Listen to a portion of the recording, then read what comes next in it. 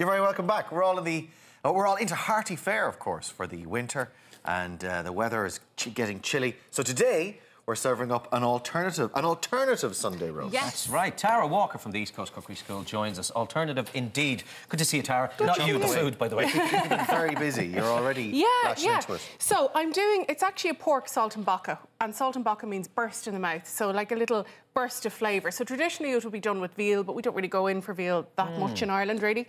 So I'm doing it with a pork fillet. So I have a free-range pork fillet, and I'm not going to touch it. I just want to show you what I'm doing here because I don't want to handle raw meat. But what we have here is some Parma ham slices just laid out. Okay. I have some sage leaves and some basil and some parsley leaves under there. And then we wrap the ham around it really tightly and shape it into almost like a little sausage shape in the cling film. So this is one I made earlier and I left in the fridge because what we're looking to get is nice little noisettes, little slices of the meat. Okay, so that's how you'll cut it. How long are you leaving it in the fridge for in the cling film? Yeah, so overnight if you can, but even just for a few hours if you can, because that's what will actually end up giving us a nice shape to our slices.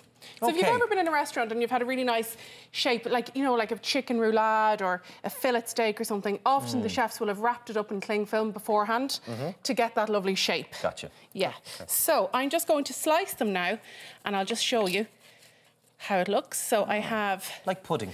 Yes. But look at that nice slice there now. So we have the sage, we have the Parma ham, I have the cling film holding it all in place there. And I'm just going to pop it onto the pan with a little bit of rapeseed oil. Okay, right. And we need... I thought you were going to put it with the cling film on. I thought you were putting it in the oven or something. I am actually putting it with the cling film on. I am, okay, yes. And everybody's always like, what's she doing with the cling film? Yeah. But it keeps the nervously shape. watching it. I know. No, have faith in me. Have faith, okay. I know you know what you're doing, Tara. I know you know what you're doing. Okay.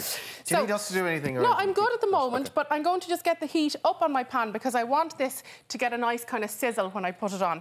Lovely. So I'm going to just add some rapeseed oil to my slices of pork. Okay. And again, like steak, oil on the meat before the pan. Is that really I like to do that. I always prefer to put the fat on the protein rather than onto the pan. So even if I have a piece of fish or whatever, I just butter it as if it was a slice of toast nearly before I put it on the pan. Okay. Yeah. So we want to get a sizzle there. There's no sizzle yet, so that's important. Wait because for the we're looking for caramelisation. We're looking to get all of the juices seared into the meat. And seal it, yeah, exactly. And while I'm waiting for that, I just want to show you my lovely potatoes. These are my neighbour, Ballymckenny farm. They live on the same road as me, their farm. And I have these beautiful potatoes, which I have roasting in the oven here. I just popped a bit of whole garlic with them, some thyme, some sage and some rosemary. These are called Red Emily. These pink potatoes. Then I have these gorgeous purple violetta as well. They're really nice at this time of year. Yeah, is that a spud as well? That's a spud. Wow. Isn't it lovely?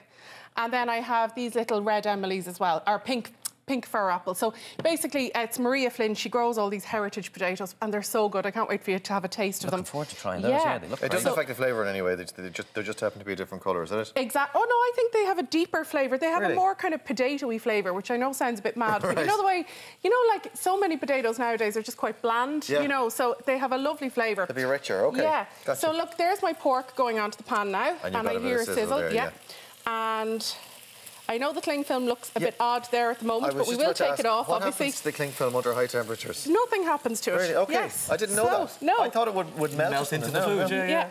Okay. So, let me show you the potatoes. Yeah. Coming out. Okay, so you've roasted those. Yes, so lovely. They need just another couple of minutes, but you can see the garlic is all lovely and roasted, and the potatoes are softening and caramelising nicely. Yeah. Smells gorgeous. So what, about half an hour on those? Yeah, about half an hour, and you can have them on a good high temperature, you know, about 200, 180, 200. And let me just have a look at the pork here, so let's turn it over. And I'm going to start making my sauce in the pan now as well. Okay.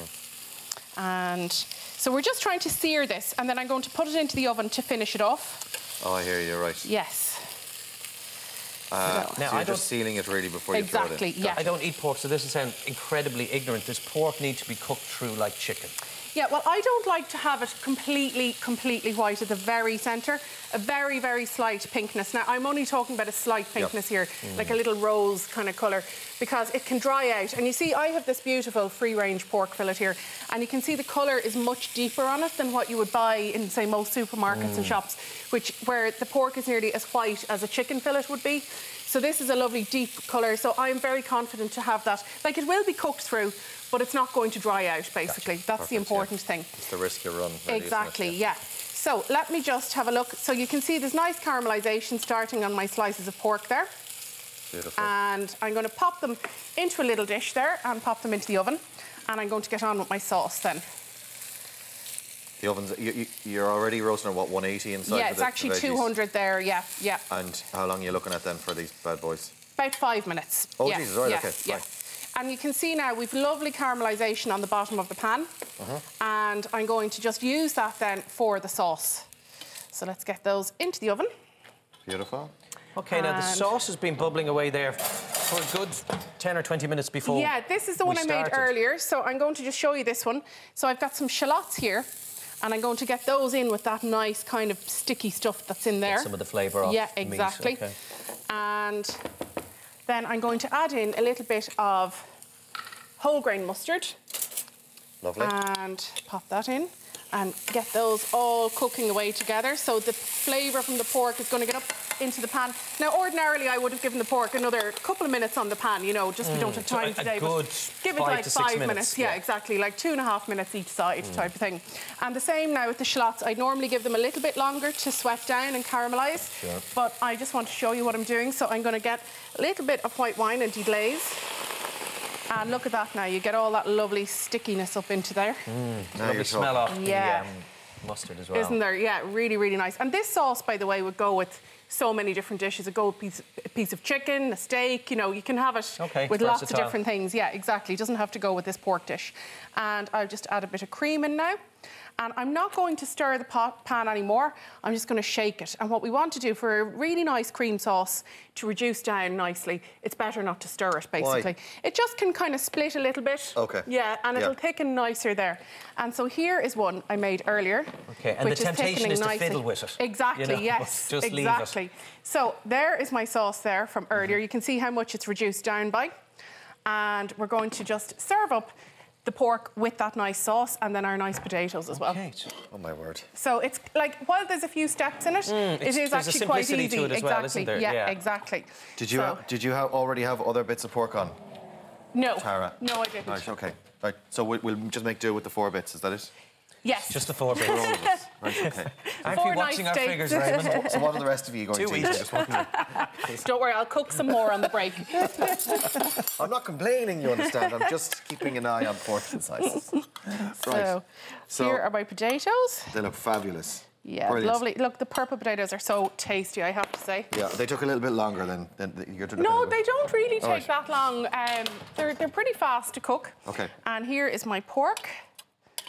So just obviously I need to take the cling film off and then I'm going to top. Yes, and then I'm going to top with my nice sauce, which has reduced nicely there. So what I tell people to do is just count the amount of pieces of pork you have and count the amount of pieces of cling film you have. And then you won't give anybody any nasty surprises. If they don't match up, someone is going to get... Exactly. Would you cook this often, Tara, at home? Yeah, it's as an alternative for the Sunday roast? Yeah, it's a nice... we do it in a class called Italian Kitchen at the Cookery School. Yep. And it's always very popular. People really enjoy it. And I think it's nice for... It's good enough, I think, for like a dinner party as well. So here is my sauce. Beautiful. On my pork, and I have a couple of chives to finish off. Right, go on, you go ahead. And where are they? Have a look and have a little taste there, guys. And make sure you get the sauce, because the sauce is kind of the star of the show with this. Yeah, and a few chives. Potatoes as well. There we go. Pass me a fork there. I don't mind if I do. I'll have a little bit of this over. How was it? All good? Excuse me. Tara, that's beautiful. Do you like that? The sauce is the big one. Yeah. The sauce is beautiful. Potatoes are fab. And I don't eat pork, but that's how you should eat it. Oh, good. That's how you should cook it. I'm glad to hear it. You're very welcome. Lovely. I got a bit of cling film. It's delicious. Really good. Well, I hadn't actually prepped that piece. Thanks, Ray. I'm kidding. Full recipe details are on our website, or check out Tara's book, Good Food, No Stress, No Cling Film, for more.